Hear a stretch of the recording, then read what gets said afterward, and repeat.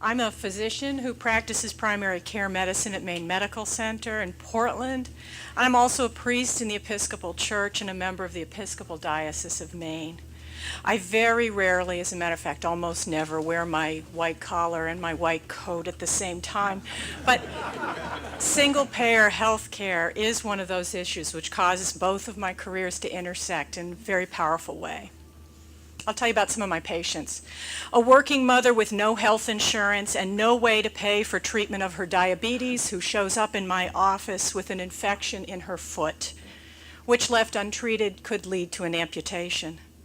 Or a self-employed contractor with no insurance and a 30-year history of a precancerous condition of the colon who cannot afford to pay for a colonoscopy, which might literally save his life. Or a 22-year-old woman struggling with depression who lost her insurance 6 months ago and who's now suicidal because she can no longer get access to her health care providers, a woman that I have to send to the emergency room for treatment. These are the patients that I see every day in our clinic. These are proud, hard-working people with chronic illnesses who want to continue to work. But because they're uninsured, they are just one medical crisis away from disability or bankruptcy or both. Health insurance should not be a privilege granted only to those fortunate or healthy enough to find full-time employment.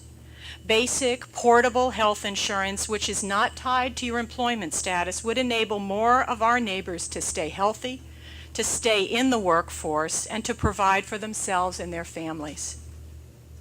The Episcopal Church has long recognized that our current system of health care delivery in the United States is inequitable and unjust. And since 1991, we have called for a single-payer universal health care system in the United States.